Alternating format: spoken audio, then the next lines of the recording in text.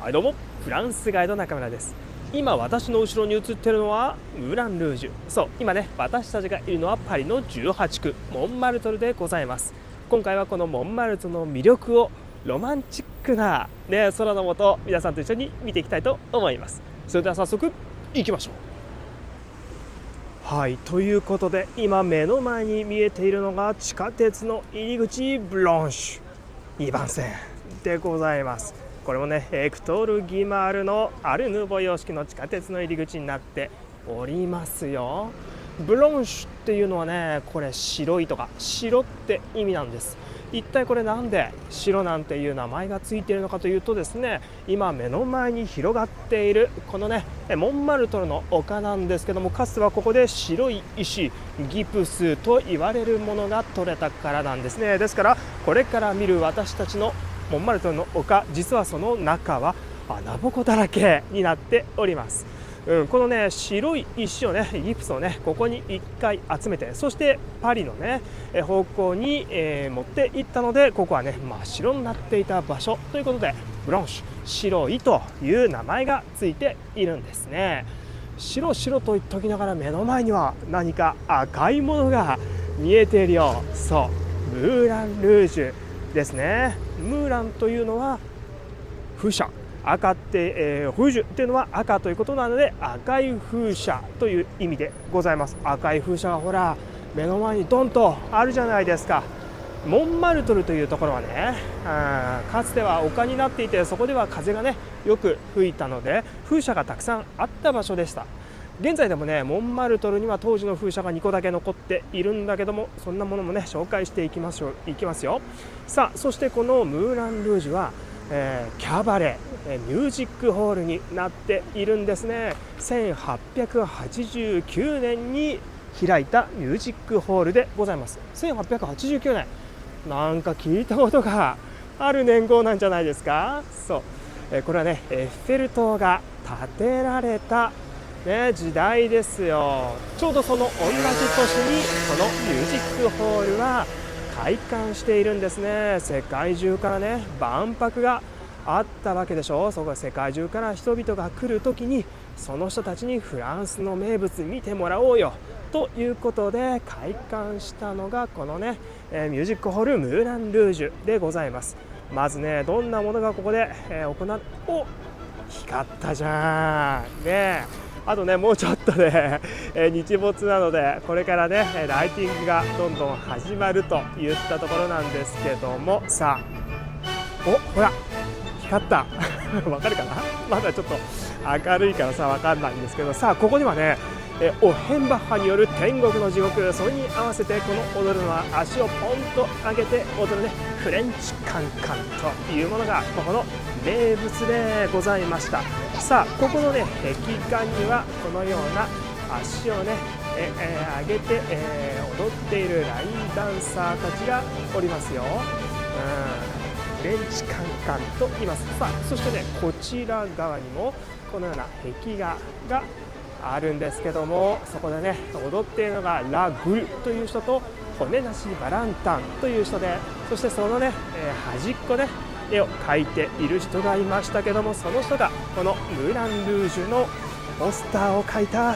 トゥールズ・ロットレックということなんですね。なんかいろいろとね歴史、に名を残す人たちの名前が出てまいりました。そんなね人たちのことをこれからいろいろとこのモンマルトルの丘を登りながら皆さんと一緒に見ていこうと思います。さあこの目の前の坂道ですね、ここはルピック通りと申しまして、モンマルトルの中のいわゆる目抜き通りになっております。ブロンシュのね地下鉄の駅から出てモンマルトルの方向に進むとすぐねこの道に行きますよ。さあちょっとねここをいろいろと行きましょう。そうしてさ、ここメロデイユーというねこれケーキ屋さんなんだけどさ、このね何これパンパンざっくりとした紹介やな、そしてこれがねメレンゲのねついたケーキなんですけど、これパリで結構流行っていてね、いろんなところに支店を伸ばしております。メロディユーというねものでございます。結構大きかったでしょ。結構ねケーキのサイズは大きいんだけど、あれ中メレンゲなんでね、ふわふわサクサクでもうすぐ終わっちゃいます。はい、やっぱね入れ替わりがね結構激しいですよ。コロナの時にね潰れちゃったものも結構あるっていう感じで、さあ先ほどのねムーランルージュで踊ってたラグルという人なんですけど、もともとはねモンマルトルのそこまで裕福ではない家庭出身で、初めはねブランシスーズというんですけども、クリーニング屋さん、洗濯屋さんとしてこのモンマルトルで働いておりました。その後ね彼女はダンスがものすごく好きで、ブルジョワ夫人のブルジョワアロって声かけてくれました子供がね、ブルジョワ夫人の服を洗濯してですね、でこっそりそれを拝借してねそれを着て、そしてムーランドゥラギャレット、これもね後ほど皆さんに見ていただこうと思っていますけど、そんなね、モンマルトルにあるダンスホールに遊びに行きまして、で彼女はねこのダンスの大スターダンスクイーンになっていくんですね。そして先ほどの壁画、そして、トゥールーズ・ロートレックのね版画にもありましたけど、骨なしバランタンという人と出会いましたね。コンビを組んで、本当にダンスのこの辺のスターになっていくわけです。さあ目の前にはねカフェ・ドゥ・ムーランというお店が見えてきました。ここはねアメリのカフェで有名なところですね。アメリって皆さんご存知かな。もう20年前になるんだけど、映画がありましたね。それがねモンマルトルが舞台になっている映画でございまして、ちょうどその主人公である、このねモンマルトルで生活をしている女の子のバイト先が先ほどのカフェでございました。ということでねアメリ非常に流行りましたので、アメリファンの人はあそこに行ってねアメリの好きだったクレームブルーレを食べると、そんなね風な場所になっております。さあこのカフェ・ドゥ・ムーランのところからね一本裏道入りましょう。コンスタンス通りという場所でございます。はい、先ほどのねグルとそして骨なしバランタンという人が1889年に開いたムーランルージュのオープニングをね飾るわけですよ。やはりね世界中から人が来るわけでしょ。それだったらやっぱほら当時ね、人気があったやっぱりダンススターをねやっぱ呼ばないといけませんよ。そしてそのね姿を描いたのがトゥルズ・ロトレックでございました。彼はアルビ出身の南仏出身の画家なんですけども、もともとはね彼貴族出身なんだよね。しかし、幼い頃馬から落ちてですね足を怪我してしまったということで、足の成長が止まってしまいました。そんなことから見た目も非常に重要な貴族としては、いわゆる出来損ないになってしまったんですね。そんな彼が情熱を燃やしたのが絵画でございまして、パリにやってきてね本格的に絵画を学ぶことになります。アカデミー派といいまして、当時のね非常に伝統的な絵画を教えていた先生の画塾に入るんですが、はい、それがここでございます。ここはねコンスタント通りの10番地なんですけども、ここにねフェルナン・コルマンという先生がおりました。ここのねまさに、アトリエでトゥールズ・ロートレックは絵画の勉強をしていたんですよ。もうすぐ目と鼻の先っていう感じでしょ。ムーランルージュからね、はい、そんな感じでねトゥールズ・ロートレックが学んでいた場所というものがありました。彼はそのフェルナン・コルモンという人はねカイン一族の逃亡という非常に大きな歴史画があります。旧約聖書からね主題を取った非常に大きな絵画なんですけども、これオルセイ美術館で、ご覧いただくことができます。そこでトゥールーズ・ロートレックはちゃんとした、非常にね絵画の基礎を学ぶことになるんですが、彼がそこで得たのは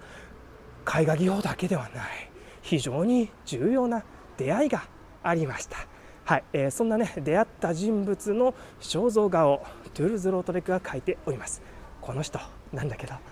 誰かわかる？はい、ヴィンセント・バン・ゴッホなんですね。そう、ゴッホもねこの時ちょうどパリにいたんです。はい、ゴッホはですねオランダ人画家ですよね。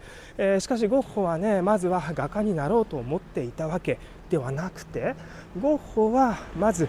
牧師になろうとしていたんです、しかし牧師になることを挫折してしまい、そして彼は画家になることを目指していくんですね。そして画家を目指そうとした時にゴッホはすでに20代半ば、25歳ぐらいかなだったんです。家族にはね、全てのものに挫折するお前がそんなことできるはずないだろうってね、みんなにバカにされました。しかし一人だけヴィンセントのことを信じた人物がいるよ。それは誰かっていうとゴッホの弟なんだよね。テオ・バン・ゴッホという人がね、お兄さん僕は信じてる、お兄さんだったらできるよ、僕お金出すからさ、お兄さんは絵画の勉強を進めてって言うんですよ、このねテオ・バン・ゴッホという人はパリでね画商ギャラリーに勤めていたんですけども、そのねゴッホ兄弟がモンマルトルに住むことになります。それがここですよ、ルピック通りの54番地、これの1、2、3階に住んでたっていうから、この辺りにバン・ゴッホとテオがねタッグを組んで住んでいたんだろう、ゴッホ兄弟。いやなかなか感慨深いものがあるじゃないですか。1886年から1888年までゴッホ兄弟はここに住んでおりました、たったね2年間なんだよね、結局ゴッホがパリにいたのは。でなんでゴッホ、ヴィンセント・バン・ゴッホがパリに来たかというと、やはり、弟のテオが画商ギャラリーで働いていますから、その時にね呼んだんですよ。印象派っていうものがあるよ、これはねすごいことになってる、絵画革命だよお兄さん、パリに来なきゃダメだっていうようなね感じでヴィンセントに手紙を送りました。そしてヴィンセントはそれは面白そうだっていうことでねいきなり来てしまうというもうちょっと迷っていろいろと準備してから来てほしいなっていう感じもあるんですけども、そんなねゴッホ兄弟の住んでいる場所がございました。さあそんなねゴッホと友達になるのが先ほど言いましたトゥルーズ・ロトレックというお話をしたんですけども、トゥルーズ・ロトレックもゴッホ兄弟のね住んでいた本当にねめちゃくちゃ近所に住んでいました。その道を紹介しましょう。ドゥフラック通り、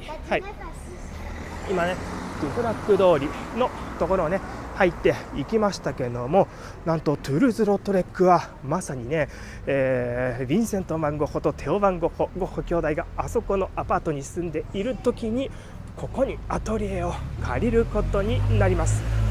ドフラック通りのちょうどね5番地、ちょうど目の前には大きな通り、クーランクール通りというのがね走っておりますけども、このちょうど交差点にあるこの建物の3階っていうことはここだよ。ほら窓がいっぱい開いててさ、いかにもアトリエっていう感じじゃないですか。ここにねトゥルーズ・ロトレックっていう人はアトリエを持っておりました。そしてねこれ神様のいたずらっていうのかな、もう本当に気まぐれっていうのかな。この隣にもね大きな窓が開いておりましたが、美術史に名を残す人物が実際住んでいたんですね。それがねまだ血のみ子を抱えていた女性でスザンヌ・バラドンというんですよ。当時はねマリ・クレモンティーヌ・バラドンという名前でございましたが、画家たちのモデルなんかをして生計を立てていた人物でございますね。すごいでしょう。ちょっと歩っただけで本当にね、美術史の中の19世紀の美術史がギュッと詰まっているような場所、それがねモンマルトルなんですよ。さあちょっと昔話をいたしましょう。モンマルトルがね今こうやって私たち再び丘を登っておりますけども、ルピック通りに戻っていきます。丘を登っておりますけども、かつてここにはねこんなにたくさん家は建っておりませんで、田舎のね東屋みたいなものがちょぼちょぼっとあるだけだったようですよ。その時にねまだ田舎だったモンマルトルには泉がなかったって言うんですよ。飲み物がなければこれ水不足になった時に大変ですよ。基本的には隣の村から買っていたんだけど、水不足になった時は隣の村もまずは自分たちのね飲み水確保しないといけませんから売ってくれなくなります。ですからどうにかして自給できないかと考えておりました。そこでねモンマルトルの村の人たちは、魔女、このねモンマルトルの丘のところだいたい30キロぐらい離れたところに住んでいる魔女に会いに行ってですね、ぜひここに泉があるかどうか調べてくれないかというふうに頼むんです。非常にねその魔女はね水脈占い師、これフランス語で、魔女のことをソフシエって言うんだけど、水脈占い師のことはソフシエって言うんですよね。だから彼女の専門は水脈占いだった。そこでね頼んで彼女にモンマルトルに来てもらいます。でね、彼女がモンマルトルに来た時、町の人たちも大歓迎、宴会をやりまして、そしてそれから数日魔女はどんどん調べていきました。そしてね村人たち集めて言うんですよ。残念ながらモンマルトルに水源はありません。みんながっくりだよ。けどねそこで魔女は付け足すんだね。ただしね私は水源作ることができるよって言うんだよ本当かよ。その代わり私に豪邸作ってください。そしてその豪邸はここに作ってくださいって言うんですね。はい、今ね私たちの目の前には大きな階段があるでしょ。この上に豪邸を作ったらしいんですね。そしてその豪邸が出来上がった時に豪邸の隣を掘ってごらんなさいと。そうしたらそこから水がどんどん湧き出て滝のように溢れてきたということなんです。ですからまさにこの私たちの先に見えているこの階段からどーっと水が流れてきたんだろうね。その後ねこの豪邸に住んでいた魔女はモンマルトの人たちに非常に慕われながら息を引き取った。しかし息を引き取った後彼女の遺体はなんと大きな岩になってそこに置かれたという伝説なんです。見てください、真ん中ちょうどね階段登ったところに、ちょっとね草なんかがツタなんかが張っておりますけど、大きな今おじさんが電話してるね、とかその真後ろでしたけど岩が見えるでしょ。見えないかな、あの岩がねもともと魔女だったんではないかなんていうね、そういうモンマルトルに残ります魔女の岩伝説でございました。はい、本当かよ信じねえぞってね、感じもあるんですけども、これね今ね引っ越ししてるところよ。ね、はしご車みたいなものでさこうやってやってね、いや中のエレベーター使えばいいじゃんって思いますけど、エレベーターがちっちゃいんだよ。こういうところに建ってるで建物は、そもそもねエレベーターなんていうものがない時代に建物作ってますから、階段のね、ところに無理やりエレベーター作ってるなんていう建物が結構ありましてね、タンスなんか入んないわけですよね。ですからねこういう風なはしご車でね、見てくださいこれでね、あそこから大きな壁なんかをもうボンボン下に運んでいくみたいなことをやっておりますよ。さあ私たちは引き続きルピック通り歩いておりますね。先ほどの魔女の石信じねえぞ俺はとね、みんなそういうふうに思っていた。であるね研究者があの石の成分を調べてみたんですよ。どうせねモンマルトルの地下から取れるギプスなんでしょっていうふうに調べたら、なんとモンマルトルでは見られないような石の成分だったんですね。どうして、そしてそのね石の成分というのはだいたいここから30キロほど離れた場所じゃないと見つからないような石の成分だったそうです。ちょうどね魔女がやってきた場所ですよ。さあ私たちのね目の前にはこの黄色いお店でね、のれんじゃなくてなんていうのこれ、屋根急に言葉が出てこなくなっちゃうけど、トンタチオーニというキュイジナイタリアーナというねイタリアレストランがあります。このねレストランはね結構評判いいんですよ。モンサミッシェルでねモンマルトルでね評判のいいイタリアンレストラン、これトンタチオーネと言いますので、トンタチオーニか、ここはねもともとお惣菜屋さんだったんです。そのお惣菜屋さんがね非常に流行りまして、そこでこのお店がどんどんできました。モンマルトルだけで 2,3 軒あるんじゃないかな。そのねお惣菜屋さんがここなんです。現在ねちょっとね、冬休みに入ってしまってるんですけど、ここがねもともとお惣菜屋さんで、それ以外にねおかずパスタとかチーズとかいろんなもの売っていてですね、非常に流行ったので、ここのねお惣菜を使いながら食材をつないながら、今ねレストランにたくさん、開いています。さあそしてね振り返って見ると、はい、ここに1個目の風車ありました。ムーラン・デ・ラ・ギャレットですよ。はい、風車見えましたね。ここがねルノワールなんかが絵を描いたムーラン・デ・ラ・ギャレットという場所の風車でございまして、ここはねもともとはムラン・ルージュのようなダンスキャバレーだったんですよ。キャバレーというかね、モンマルトルは当時その職人とかが多く、おはりこさんとかね多い地域だったので、彼らが仕事がない日曜日のね午後ジュースとかあるいはお酒なんかを飲みながらもうちょっと遊べるような場所ということで、開いた場所でございます。もともとは風車はね小麦を砕いていたものでございます。はい、まさにね今私たちがいるのはトロゼ通りというところなんですが、ここを振り返った風景をなんとスザンヌ・バラドンの息子であるユトリロ君が描いておりますよ。ちょうどねこんな感じなんじゃないかな。どうだろう、もうちょっと下がった方がいいかな。こんな感じじゃないでしょうか。はい、ユトリロが描いている、これトロゼ通りなんですけど、ユトリロのね絵画の題名は、ルピック通りなんていう風になっていたんじゃないかなと思いますけれども、はい、こんなモンマルトルの風景一部切り取ってね、ユトリロが描いておりました。ユトリロっていうのは先ほど紹介したスザンナ・バラドンのね、息子ですよ。はい、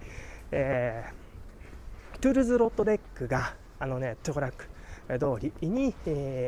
アトリエを借りた時、隣に住んでいたのがスザンヌ・バラドンで、そして、彼女が抱えていた血のみ子が成長してユトリロになるわけですね。すごいでしょ。はい、今ね私たちはドゥランタン通りというところを曲がりました。このねそのトゥールーズ・ロートレックとスザンヌ・バラドンの話って結構面白くて、あそこで2人は出会うことになるんですけど、スザンヌ・バラドンっていう人はねもともとお花屋さんだとかおはりこさんなんかをしていて、その後ねサーカスの空中ブランコ乗りになるんです。で空中ブランコ乗りになるんだけども、その空中ブランコから落ちてしまってね足を怪我してしまって、もうアクロバット仕事ができなくなった。サーカスで仕事ができなくなりました。そこで彼女は画家たちのモデルをすることになるんですね。ちょっとここ振り返ろうか。ビュロー通り、ビュック通りというところなんですけども、分かるかな。この建物のね窓がすごく大きいの分かります、この大きいのはそういうところにアトリエがあったかつての跡なんですよね。そしてさらにその奥、豪邸が建っているダリダの家ですよ。これもね後で通りましょう。はい、反対側を向くよ。反対側を向くと今度向こう側のね突き当たり、これもねちょっと遠いな。わかるかな。はい、突き当たりの網がねかかっている右の建物もガラス張りになっているよね。あそこもアトリエがかつてあった場所ですよ。はい、ズランタン通り、このまままっすぐ行きましょう。スザンヌ・バラドンはそして画家のねモデルなんかをして生計を立てていくことになります。そしてその時に画家に、彼女をモデルとして使った画家が、これもね美術史の中にね、名前を残しているピビズ・シャバンヌ、この人はね壁画なんかをよく作っていたんだけど、ソルボンヌ大学の大講堂にある壁画、ブワサクレだから聖なる森っていうね壁画があります。そこにはねミューズたちがたくさん並んでるんですけど、このポーズをほとんど取ったのがスザンヌ・バラドンって言われてるんですよ。その時はねスザンヌじゃなくて、マリーと言われていたんですけども、はい、そしてねあとはルノワールです。ルノワールもスザンヌ・バラドンをモデルとして使っています。オルセ行った方だったらご存知じゃないかな。印象的な2つの対になっているダンスの絵があります。都会のダンスと田舎のダンスというねものなんですけども、都会のダンスの洗練された女性、こちらがスザンヌ・バラドンですよ。こちらも洗練されたかっこいいでしょ、そしてちなみに田舎のダンスの方のなんかねちょっと肝っ玉母ちゃんみたいなこんな感じのね、人ちょっと丸っこくてがアリーヌという女性でございまして、最終的にルノワールと結婚するのがこの田舎の肝っ玉母ちゃんの方ですよ。はい、ということでね、スザンヌ・バラドンはピュビ・ドゥ・シャバンヌとかルノワールとか、そのね美術史の中で名を残すような人々の画家のモデルをやりながら、彼女は生計を立てて、それと同時に画家というものに憧れ、自分自身も画家として一歩踏み出そうとするんです。そして出会ったのがトゥールズ・ロトレックでしょ。トゥールズ・ロトレックもねスザンヌ・バラドンのことを書いています。トゥールズ・ロトレックのモデルをやることになるんですけども、彼らはね恋仲になっていくんです。スザンヌ・バラドンという人はね、そのモデルとやった画家といつも恋仲になってしまう恋多き女性でもあったんですね。さあここからねパリが一望できますよね。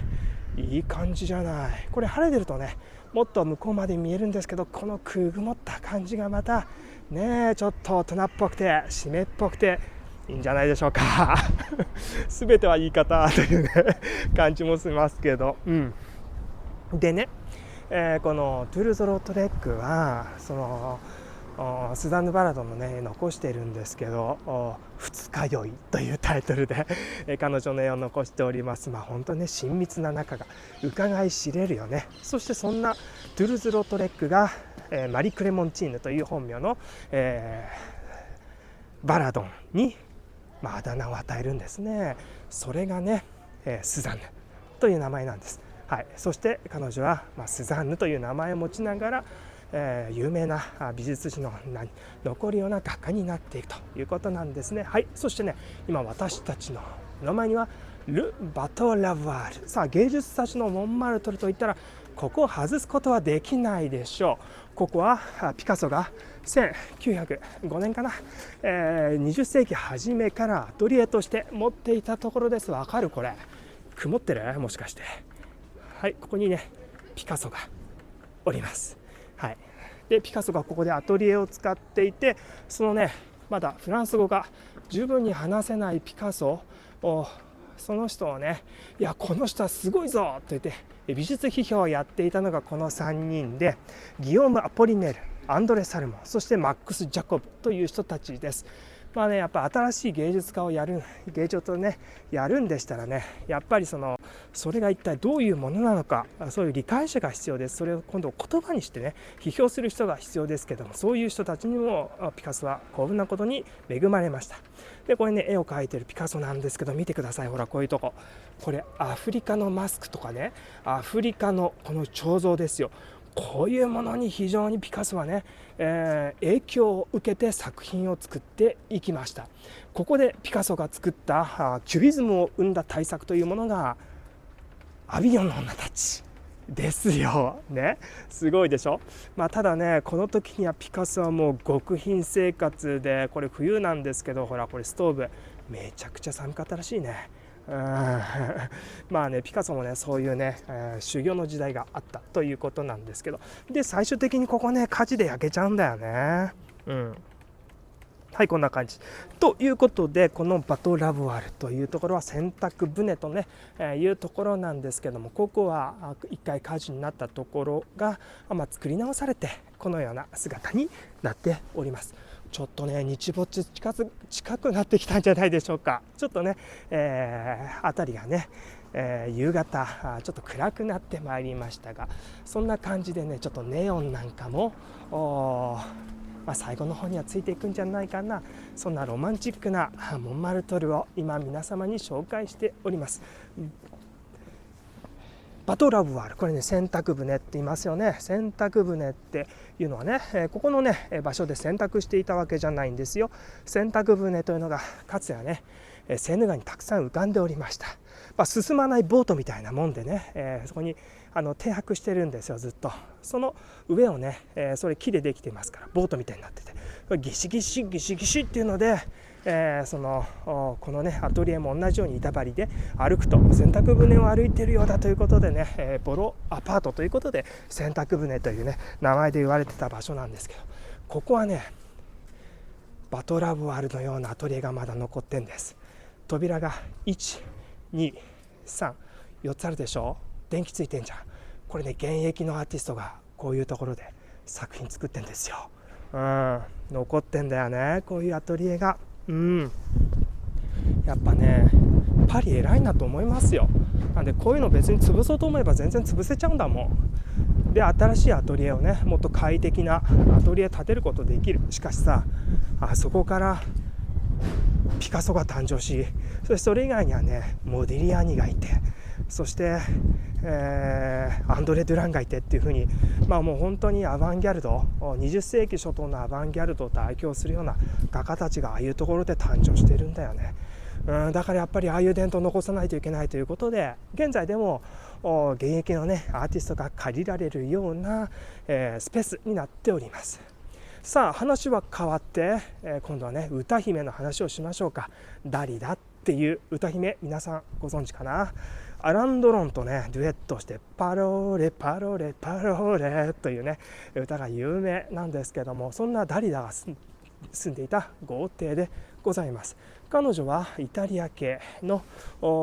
人物で、生まれたのはエジプトなんですよね。そしてエジプトでミスエジプトに選ばれるっていうぐらいで非常に綺麗な人だったんですけども、フランスにやってきて、歌手のキャリアを積んでいくことになります。しかしね彼女はね、愛する人にどんどん先立たれていて、付き合う人がねもうどんどん自殺をしていくっていう非常にかわいそうな人だったんだよね。そして最終的に彼女も心を病むようになり、まさにこの場所でね彼女も自らの命を絶つことになりました。さあここにね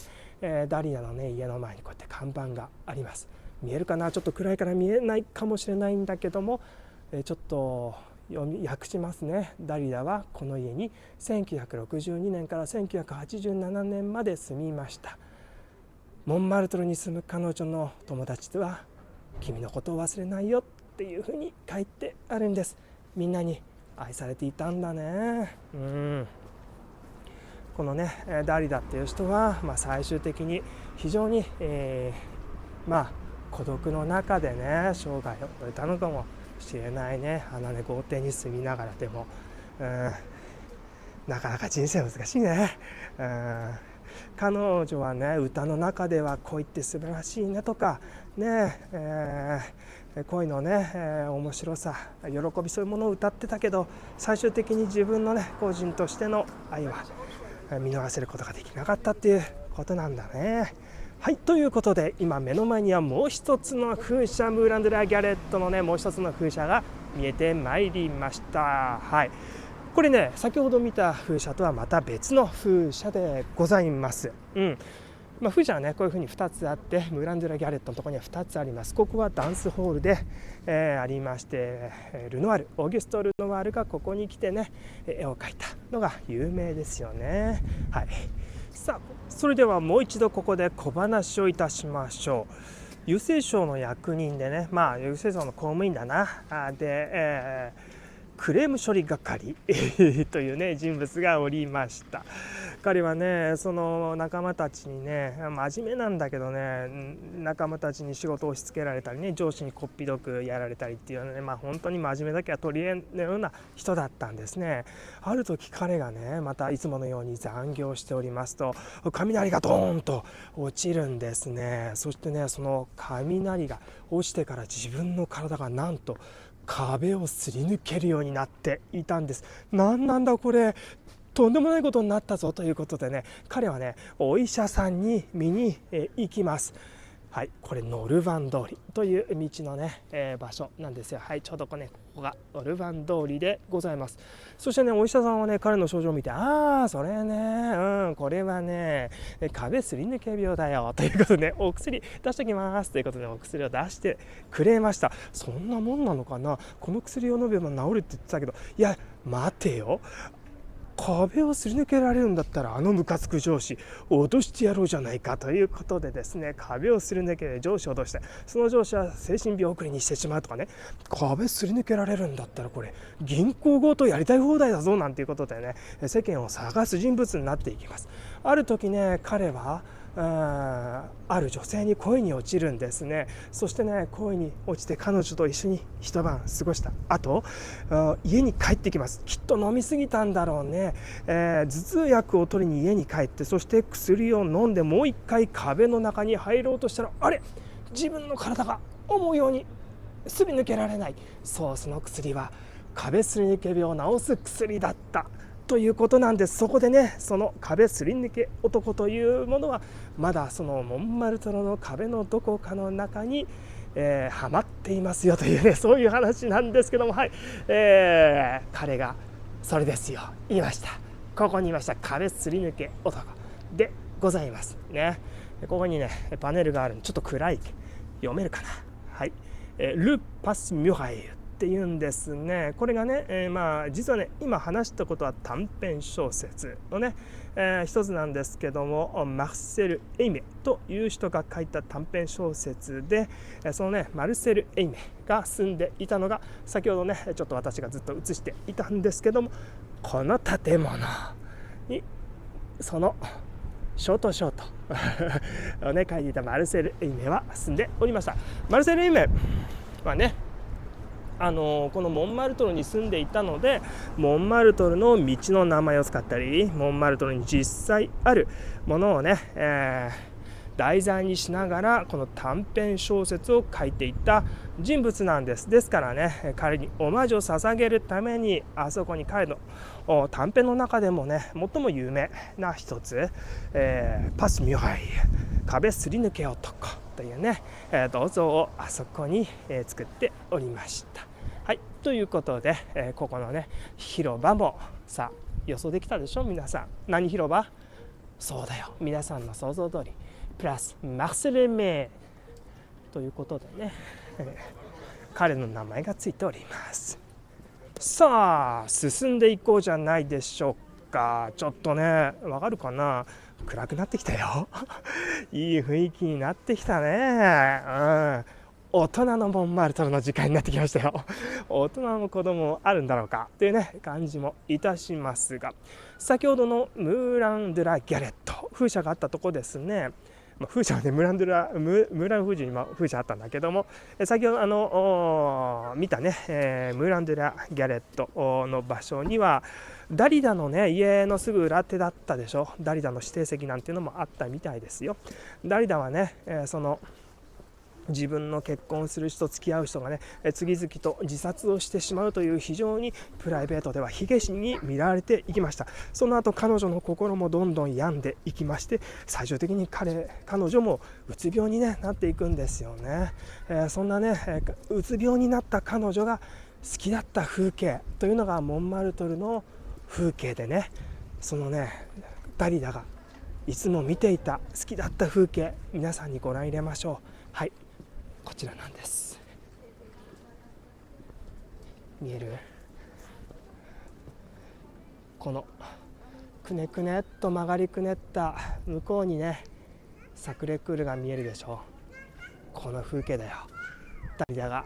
いつも心が落ち込んだ時に見ていた風景だ。最終的にダリダは自分の家で自殺をしてしまうことになるんだけども、モンマルトルのダリダを愛する人たちは彼女が常にここで彼女の好きだった風景を見られるというように見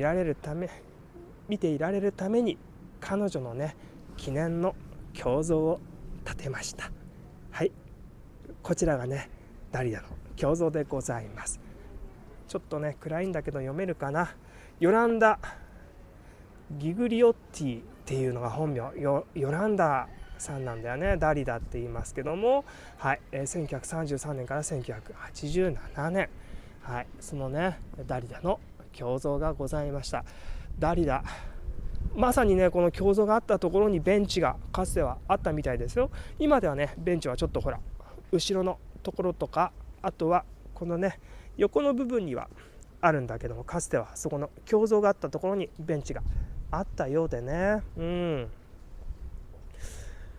そのベンチに座ってこの風景をずっと見ていたんだってということで、皆さんもわかるよね。この広場の名前はそうだよ、それしかないじゃん、プラスダリダ。ダリダさんのためにこの広場を捧げたんだね。粋なことするじゃんパリじゃんねえ、泣けてくるよ。さあ私たちが今ここ進むのはアブルボワ通りというところでね、このモンマルトルの中でも一番僕の好きなところかなねえ。モンマルトルをね来ると、その坂だからさ、ケーブルカーに乗ってそのままサクレクールまで行って、サクレクールのちなみに天井が見えてんじゃん奥に、サクレクールまで行って、そしてね有名なテルットル広場、画家たちが集まるテルットル広場を引っ掛けて、そしてねもうすぐ別のとこに行っちゃうなんていう人がいるかもしれないんだけど、もったいないぜモンマルトルもっとねたくさん見るとこいっぱいあるので、こんなね動画を参考にして街歩きしてほしいね。さあということで今回も行ってみようか。さあタイトルコール、皆さん準備はいいかい？もうね終盤に差し掛かっているんだけど、それでは今回も行きましょう。モンマルトル界隈裏道散歩のスタートです。決まったんじゃないか決まったってか今更というね感じもするけど、ちょっとねそういえばピカソの前のアトリエのねところでやろうかなと思ってましたけど、ついに話に夢中になっておりました。はい、ちょっとね暗くなってきたので、いろんなね窓のところに電灯がつき始めたね。これもなかなかねロマンチックだと思いませんか？さあここのね左手見てください。ピンク色の家が見えてきましたね。メゾンホーズ、ピンクの家というね名前がついていて、ここはピカソあるいはねユトリロが描いた場所ですよ。もうほらここにさ、もうツーリストのガイド付きのねツーリストの皆さんががっつりとおりますよ。ここ名物だからね。でねここねいい写真の撮り方、僕はプロじゃないですが教えよう。ここなんだよ。このね正面からこうやって撮ってもらうといい写真撮れるよね。広角でちょっとこういう風に撮るとね正面にピンクの家が入ってね、そして撮れるんじゃないかなと思いますので、ぜひ参考にしてみてくださいね。はい、さあこんなね、ピンクの家ピカソが描いたって言ったんだけども、実はモンマルトルにもう一つピカソの絵があった場所があるんですね。さあそれがねこれから今私が皆さんに紹介しようとしているラパンアジルという場所でございます。さあ今ね私たちはソウル通りというところを丘を下っておりますけども、かつてそこにあったシャンソニエ、現在ではシャンソニエといって歌を聴けるね場所になっておりますけども、かつてはそこはちょっとしたねバーレストランでございまして、非常にねアーティストたちに優しいっていう場所だったんですよ。アーティストたちボエムと言われましたけど、全然食えないわけね、全然食べられないからさ、ただでねお酒とか食事を提供していたところみたいですよ。ただね本当にただってわけじゃいかないよ。やっぱり芸術家だったらそれの代わりに何か見せてっていうことだったんですね。ですからね歌手はそこで、ミュージシャンはそこで歌を歌ったり音楽聴かせたり、詩人はそこで自分の作った詩を暗唱するなんていうね風にしていた場所でございます。ピカソもここにね自分のデッサン絵画を持ってきて、一つねこのアルルカ、ピカソが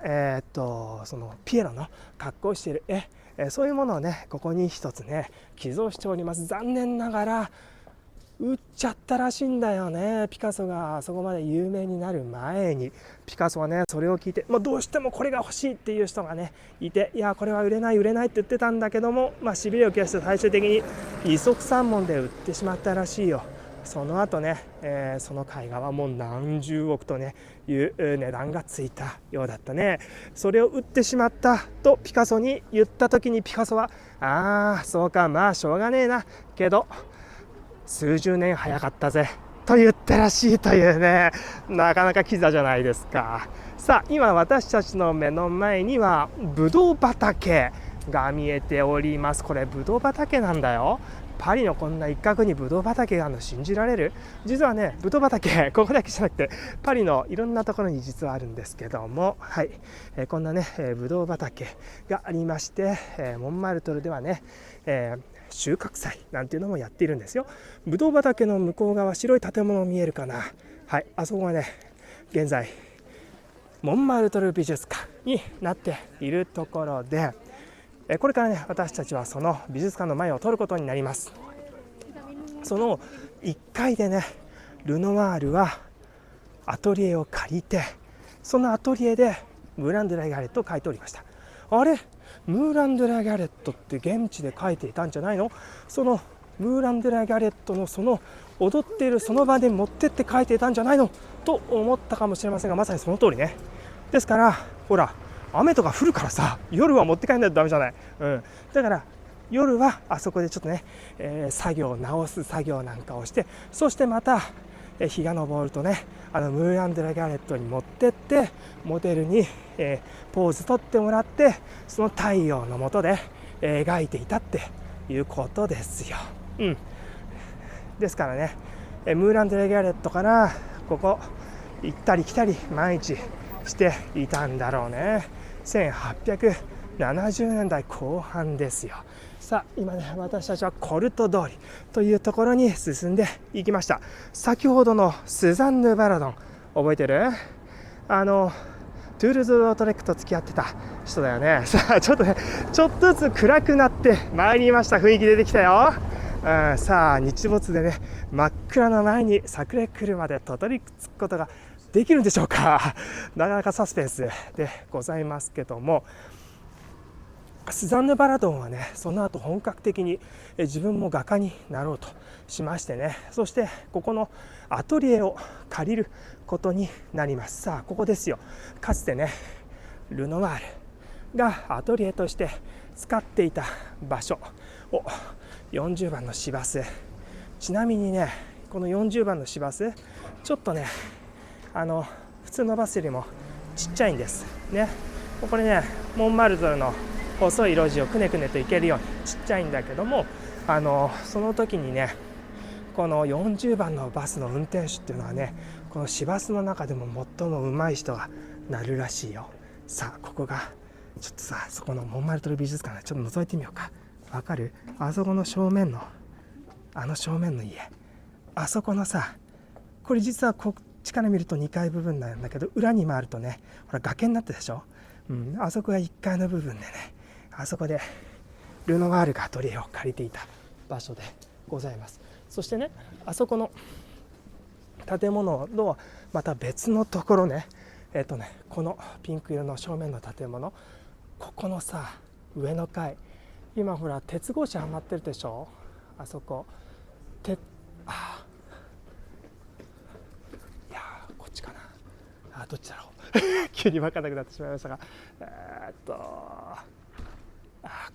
こっちだろうな、迷ってしまった。鉄格子がはまっているところはユトリロの場所で、そのね反対側にはスザンヌ・バラドンのアトリエがあった場所なんですよ。はい、これねちょっとこの美術館、モンマルトル美術館の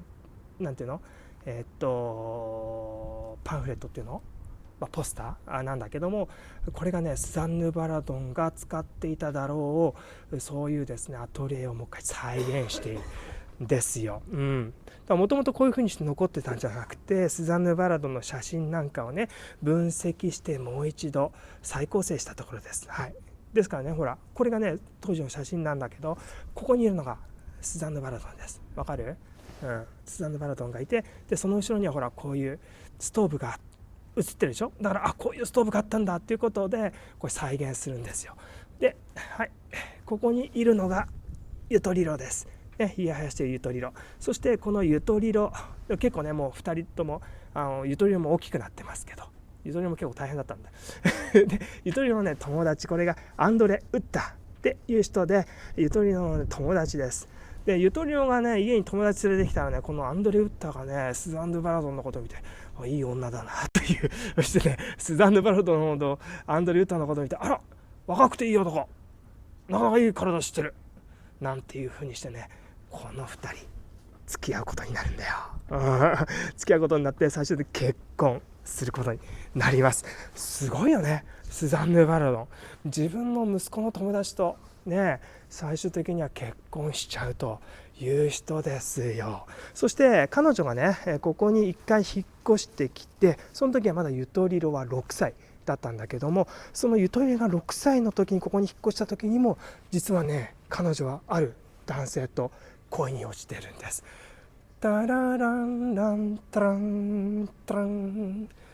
タラランランタランタラン、分かったかな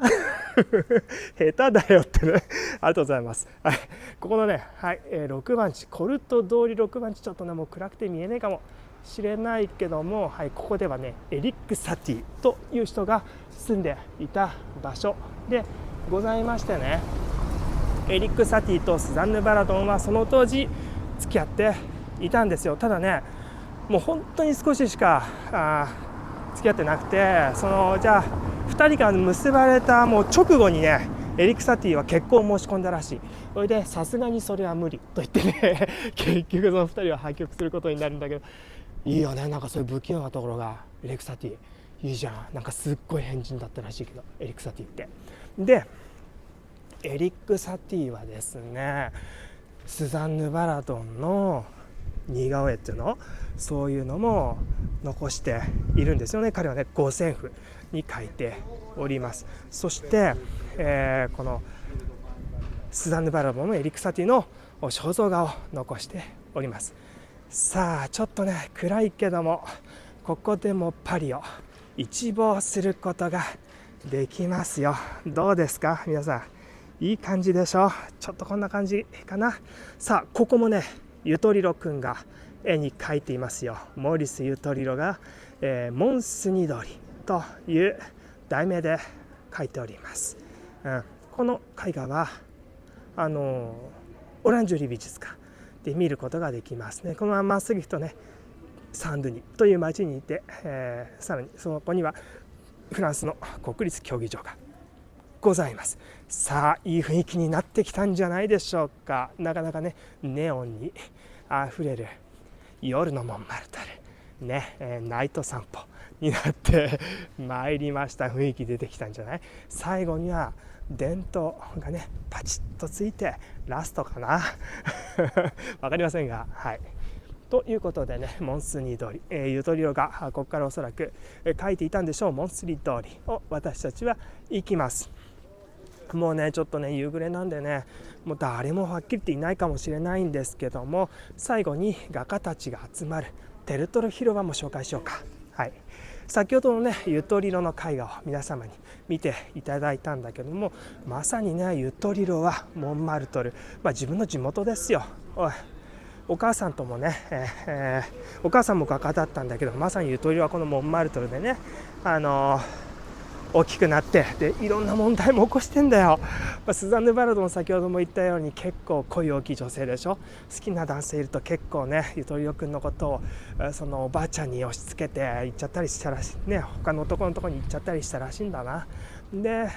おばあちゃんはというとね可愛い孫だからそりゃいいよけどさ、やっぱり疲れてくるとねゆとりろくんが暴れたりするでしょ。そうするとちょっとねおとなしくなるようにっていうことで哺乳瓶にワインをちょっと混ぜたりしてそれで飲ませていたというね話が残っていてね。だからゆとりは結構かわいそうなんだけどさ、物心ついた時にはもうアル中よ、ね、ワインなしではもう、しかも赤ワインだったらしいね。赤ワインって言ったかどうかわからないけど、結構暴れちゃったらしいよ。さあということでね今私たちの目の前にはテルトル広場。いやーちょっとね出遅れたしちょっと雨が降ってるっていうのもあってね、もうほとんど画家の人たち残ってないけど、こういう感じで今でもね、こういうね絵画を売ってるところがあります。で似顔絵でも一組だけだな。今日ねちょっと出遅れちゃったからさこんな時間になっちゃったけど、雨とかね降っててねなかなか開始できなかったので、これでも弱くなったんだよ。でそれでねあんま残ってませんけど、ここには僕がねかつてモンマルトルのね動画を作った時はもうほとんどここ誰もいないって感じだったんだけど、今ではね結構戻ってきましたよ。かなりね天気のいいお昼の時なんていうのはもうここに似顔絵屋さんがずらっと並んでね、そして、絵画なんかも、描いてるっていう人たちが結構戻ってきましたね。モンマルトルもね活気が戻ってきましたよ。絵が全然違うじゃないか全然人がいないとこを、ね、映しながら活気が戻ってきましたよなんて言ってもね、説得力ないんだけど、信じてよ、ということで、こっから見えるサクレクルもいいな。なんかこのイルミネーションもいいね。もうクリスマス終わっちゃったんだけどさ、ちょっとねこういう感じで最後のイルミネーションが残ってる感じです。さあサクレクールのね、この玉ねぎ頭ドームの上の明かりもついたところで、さあ私たちの最終ポイントサクレクールまで行ってみようか。でさ、サクレクール行くときにこれ正面サンピエール教会ね、パリの中でも最も古い教会の一つなんですけども、こっち側とさ反対側こっち側、これ私たちが歩いてきた方ですけども、どっちとも行けるんですけども、僕はこっちをおすすめするね。もう一度サンスーニ通りからね、サクレクールを見に行きましょう。でさ、そこでさ、なんか名前がすげえなかったらしい名前だからちょっと忘れてしまったんだけど、なんとか皆さんそれわかるよそこの通りから見えるねサクレクールは最高にかっこいいから、それね皆さんにちょっと最後お見せして、でねいい感じのねライトアップになってんじゃないかなと勝手に思ってますよ。はい、こちらの通りです。お土産屋さん通りになっているんだけどね、はい、ここです。こんな名前だ。そうそう、Rue du Chevalier de la Barre という名前ですね。はい、ここの道ね、ここの道はねこういうふうにお土産屋さん通りになっているんだけども、ここからね少しずつサクレクールが出てくるから、さあ皆さん注目しててよ。なかなかかっこよく出てくるぜ。どうだいこれ、いい感じだと思わないこれね。はい、こんな感じの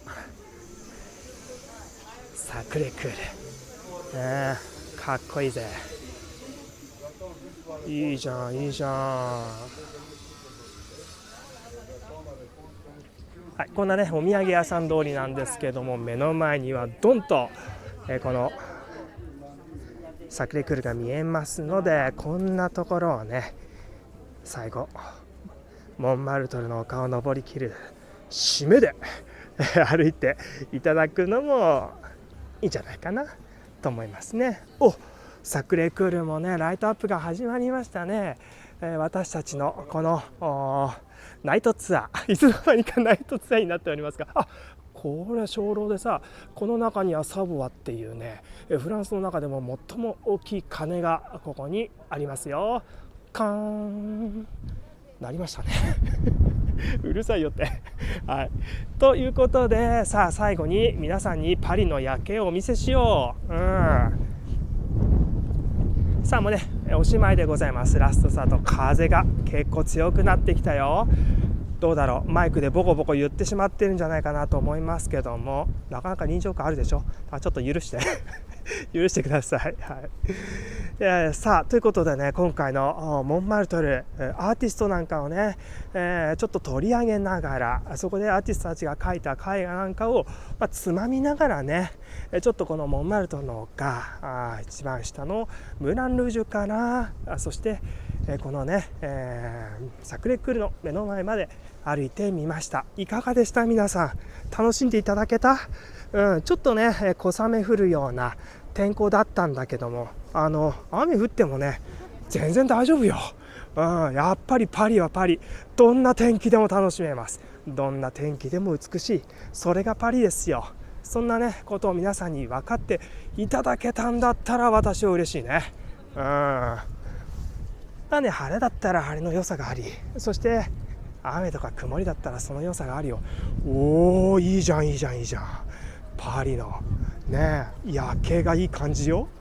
ほらこれちょうどいい感じかもしれない。これねいつもより余計に光ってるいつも言ってるじゃんって、いいよいいよ。いやまあけどこれカメラじゃ映んねえだろうな、この美しさ。ちょっと難しいんだけども、はい、こんな感じでねパリが一望できます。ちょっとズームしてみようか。こんな感じ、いい感じだね。素晴らしい。ちょっともう一回正面からねこの前景撮ってみようか。結構人いますよ、ほらね。結構人いるでしょ。今ね撮ってるのは1月の初旬、年末年始が終わったっていう感じなんだけど、おーいい悪くないよ。いいよいいよ。ほら見てよ、これがね今回私からの皆さんへのクリスマスプレゼントやな遅いよって終わってるよクリスマス。はい、ということでね、はい、こんな夜景でございます。いやー美しいじゃん。多分ね一段と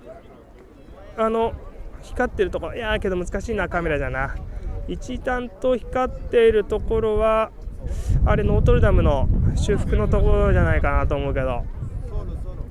さあそしてね最後に振り返って、はい出ました。サクレクルのね正面ね、いやー出ましたという感じだね。ちょっとね横からも行こうか。ちなみにね魔女の岩って言ってたでしょ。魔女の岩の代わりに現在はここにあるのが給水塔ね。はい、これね城壁でも何でもなくてここには水があります。こんな水からね、モンマルトルのそしてパリの北のところに給水しているんですけども、さあやっぱね斜めぐらいから見た方が、本当はね裏から見るのもいいんですよ。裏から見るのもなかなかいい感じで撮れるんですけど、はいサクレクールかっこいいじゃん。いい感じでライトアップされてる。はい、ということでこんなねサクレクールの見えるモンマルトルの丘の頂上から皆さんとお別れしたいと思います。この動画ご覧いただきありがとうございました。はい、ということで今回はモンマルトルのふもとにあるムーランルージュからモンマルトルの丘の上にあるサクレークールまでをご紹介いたしました。モンマルトルっていうところはね歴史に残る芸術家たちが人生をかけて活躍した場所でもあるということがよく分かりましたよね。皆様がぜひねモンマルトルを散策する時の参考になれば幸いです。それでは今回この辺にしておきましょう。少しでも面白いと思ったら高評価チャンネル登録お願いいたします。それでは次の動画でお会いしましょう。ありがとうございました。